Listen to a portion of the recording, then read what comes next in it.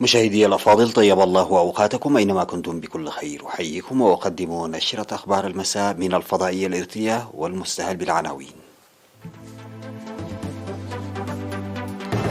إصابة مواطن واحد بفيروس كورونا اليوم. سيمينار في كرن حول التاريخ والهوية.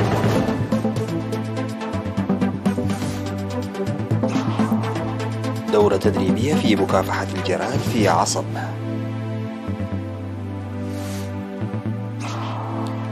بدأ الجولة الرابعة من المفاوضات بين روسيا وأوكرانيا. بعد استهداف أربيل بالصواريخ، طهران تقول حذرنا العراق مرارا بشأن التهديدات. أردوغان يلتقي رئيس وزراء اليونان في اسطنبول. السلام عليكم ورحمة الله. أعلنت وزارة الصحة بأن الفحوصات المخبرية التي أجريت اليوم في مراكز الفحص في الإقليم الأوسط أظهرت إصابة مواطن واحد من عد حوشة بفيروس كورونا. في غضون ذلك شفي مريض واحد من الإقليم الأوسط.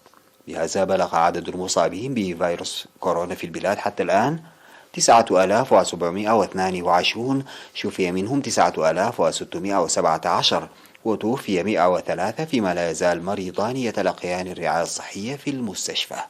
وزارة الصحة 14 من مارس 2022.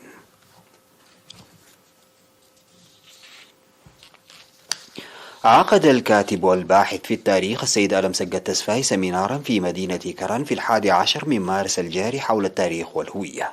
وقدم السيد ألم سقة في السمينار الذي نظمه الاتحاد الوطني للشباب والطلبة فرع إقليم عنسبة، وشارك فيه أكثر من 200 شاب، قدم توضيحا موسعا حول الوطن والوطنية، وقال إن إريتريا خرجت منتصرة لنضالها بوعي ووحدة ضد جميع الغزاة والمستعمرين، ويجري العمل لجمع هذا التاريخ البطولي وتوثيقه. وأوضح بأن من المهم جدا معرفة وفهم تاريخ إريتريا وبطولات شعبها، مشيرا إلى أن عدم المعرفة والفهم العميق للشباب للنضالات والتضحيات قد يمنح الفرصة لمؤامرات تزوير التاريخ. ودعا السيد ألم سقة تسفاي الشباب لاتباع الأجيال الذين سطروا التاريخ بدمائهم ودراسة وبحث التاريخ علميا. وشكر الشباب التوضيح المقدم، مقدمين آراء تدعو لجمع وتوثيق التاريخ جيدا ووجود لغة موحدة في الكتابة الأدبية والتاريخ.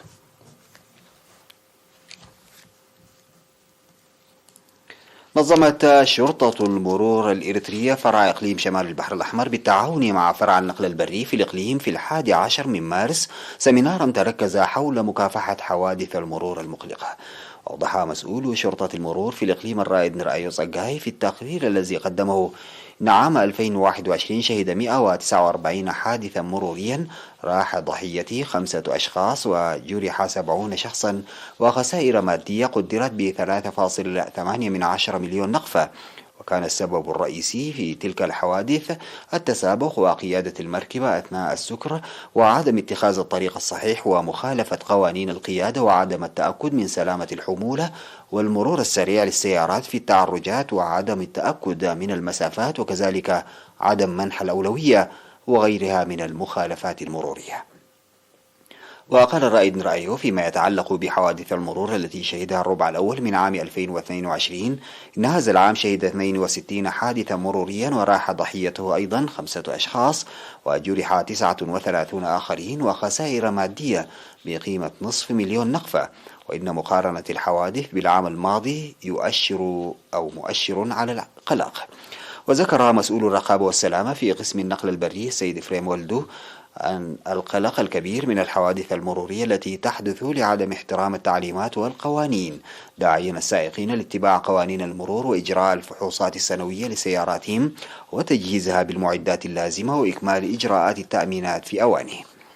ودعا المجتمعون لصيانة عاجلة للطرق ومراقبة السيارات المستخدمة للأضواء عالية المسببة للحوادث واتخاذ الخطوات بشأنها، والسماح لمساعدي السائقين وتنظيم مستمر لسمينارات التوعية حول السلامة. وقدم في السمينار عرضا بالصور لحوادث المرور وتأثيرها.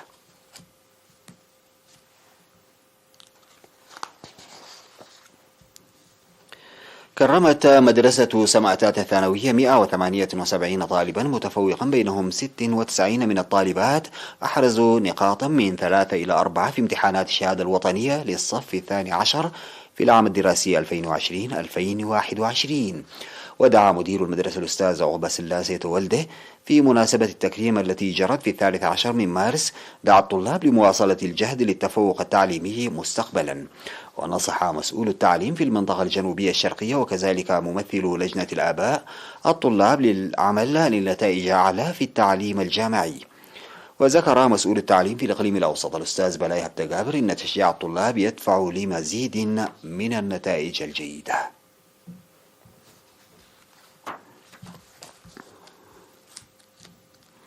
نظم مكتب وزارة الزراعة في إقليم جنوب البحر الأحمر دورة تدريبية للمدربين في مدينة عصب بهدف مكافحة الجراد والسيطرة على أضراره في الزرع، وتضمن التدريب طبيعة وحياة الجراد وعمليات الاستطلاع وأسلوب المكافحة واستخدام المبيدات الحشرية. وأوضح مسؤول وحدة مكافحة الآفات المتنقلة في مكتب وزارة الزراعة في الإقليم السيد تدروس سيوم أن التدريب كان تعريفي بالمعدات الحديثة المساعدة في السيطرة على الجراد. وأوضح المشاركون في التدريب بأنه يوسع معرفتهم وخبراتهم ويساعد في عمليات الاستطلاع وأعمال المكافحة.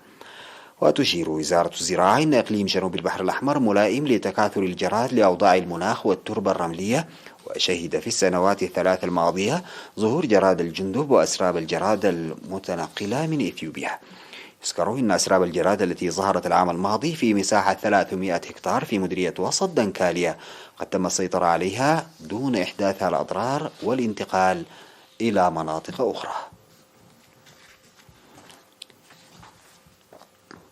يقوم سكان 22 ضاحية في مديرية عدخالة بأنشطة نفير ل3 أيام في الأسبوع منذ شهر فبراير الماضي لحماية التربة وحفظ المياه. وأوضح خبير حماية التربة والمياه والتنمية المروية في مكتب وزارة الزراعة في مديرية عدخالة المهندس تخلويني زايد التخطيط هذه السنة للقيام بأعمال حماية التربة وحفظ المياه في مساحة تبلغ حوالي 1500 هكتار من الأراضي الزراعية، وقد نفذ العمل حتى الآن في 200 هكتار. وذكر مدير ضاحية عدنفيه السيد برهان عنده أن السكان يعملون بقوة لإنجاح البرنامج الموضوع. وأفاد المشاركون في النفير بأن العمل الجاري في مزارعهم سيسهم في رفع الإنتاج الزراعي.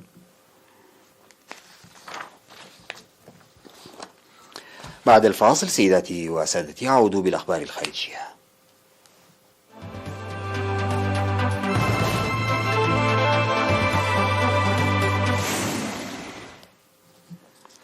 بدأت الجولة الرابعة من المفاوضات بين روسيا وأوكرانيا عبر الفيديو في مسعى لاحتواء النزاع الذي تطور إلى هجوم روسي عسكري شامل انطلق أواخر فبراير الماضي. وقال ميخائيلو بودولياك وهو أحد المفاوضين الأوكرانيين في المحادثات مع روسيا إن الجولة الجديدة تركز على التوصل لوقف إطلاق النار وسحب القوات والضمانات الأمنية التي تطلبها كييف. وفي وقت سابق قال الرئيس الأوكراني فلاديمير زيلينسكي أن المسؤولين الأوكرانيين الذين يتفاوضون مع نظرائهم الروس سيصرون على إجراء محادثات مباشرة بين رئيسي البلدين زيلينسكي وفلاديمير بوتين. ودعت أوكرانيا مرارا إلى إجراء محادثات مباشرة بين زيلينسكي وبوتين، مشيرة إلى أن الرئيس الروسي هو من يتخذ جميع القرارات النهائية. وقالت روسيا في وقت سابق إن الكرملين لن يرفض مثل هذا الاجتماع لبحث قضايا محددة، لكن لم ترد تفاصيل أخرى. وركزت 3 جولات من المحادثات بين الجانبين في بيلاروسيا كان آخرها قبل أسبوع بشكل أساسي على القضايا الإنسانية، وأدت إلى فتح محدود لبعض الممرات للمدنيين للهروب من القتال.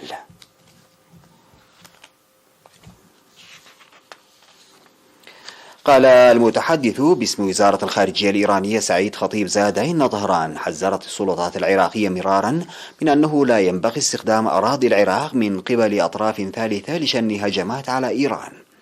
وكان خطيب زاده يتحدث بعد يوم من مهاجمة الحرس الثوري الإيراني مدينة أربيل العراقية الشمالية ب12 صاروخا باليستيا في هجوم غير مسبوق على مركز إقليم كردستان العراق المتمتع بالحكم الذاتي. وقالت وسائل إعلام رسمية إيرانية أن الحرس الثوري شن الهجوم على مراكز استراتيجية إسرائيلية في أربيل، مشيرة إلى أنه جاء كرد انتقامي بعد ضربات جوية إسرائيلية في الفترة الأخيرة أسفرت عن مقتل أفراد من الجيش الإيراني في سوريا. وقال خطيب زادة إن الحكومة المركزية العراقية مسؤولة عن ضمان ألا يستخدم طرف ثالث أراضيها قاعدة لشن هجمات على إيران. وقالت حكومة الإقليم إن الهجوم لم يستهدف سوى مناطق سكنية مدنية وليس مواقع تابعة لدول أجنبية، ودعت المجتمع الدولي إلى إجراء تحقيق.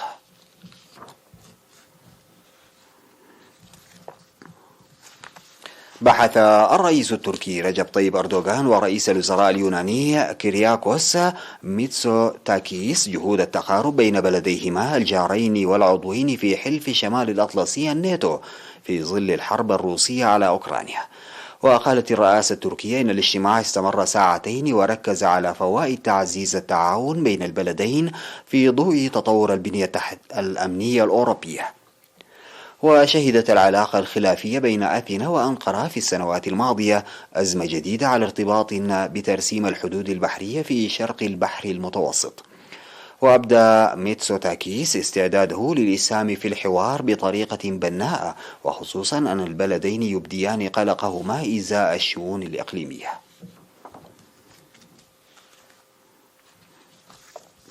قالت أستراليا وهولندا إنهما بدأتا إجراءات قانونية مشتركة ضد روسيا في منظمة الطيران المدني الدولية بشأن إسقاط رحلة الخطوط الجوية الماليزية رقم MH17 قبل 8 سنوات. وقال رئيس الوزراء الأسترالي سكوت موريسون ووزيرة الخارجية ماريز بين في بيان إن روسيا كانت مسؤولة بموجب القانون الدولي عن إسقاط الرحلة. وذكرت أستراليا أن الحادث يعد خرقا واضحا لاتفاقية لحماية الطائرات المدنية من نيران الأسلحة، فيما أشارت الحكومة الهولندية في بيان إلى أن مجلس الأمن الدولي أبلغ بهذه الخطوة. وأفادت أستراليا بأنها تسعى للحصول على تعويضات كاملة من روسيا عن الإصابات وتعليق التصويت الروسي في مجلس الطيران الذي يضع معايير السفر الجوي المدني.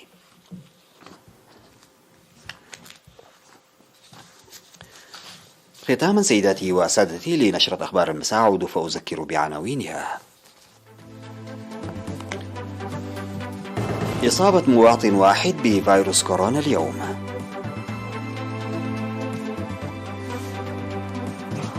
سيمينار في كرن حول التاريخ والهوية.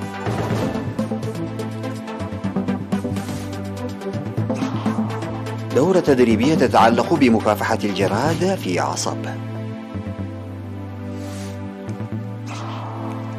بدأ الجولة الرابعة من المفاوضات بين روسيا وأوكرانيا.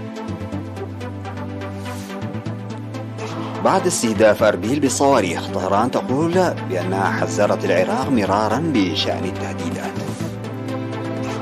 وأردوغان يلتقي رئيس وزراء اليونان في إسطنبول. انتهت نشرة أخبار المساء، قدمتها لحضراتكم من الفضائية الإريترية. السلام عليكم ورحمة الله تعالى وبركاته.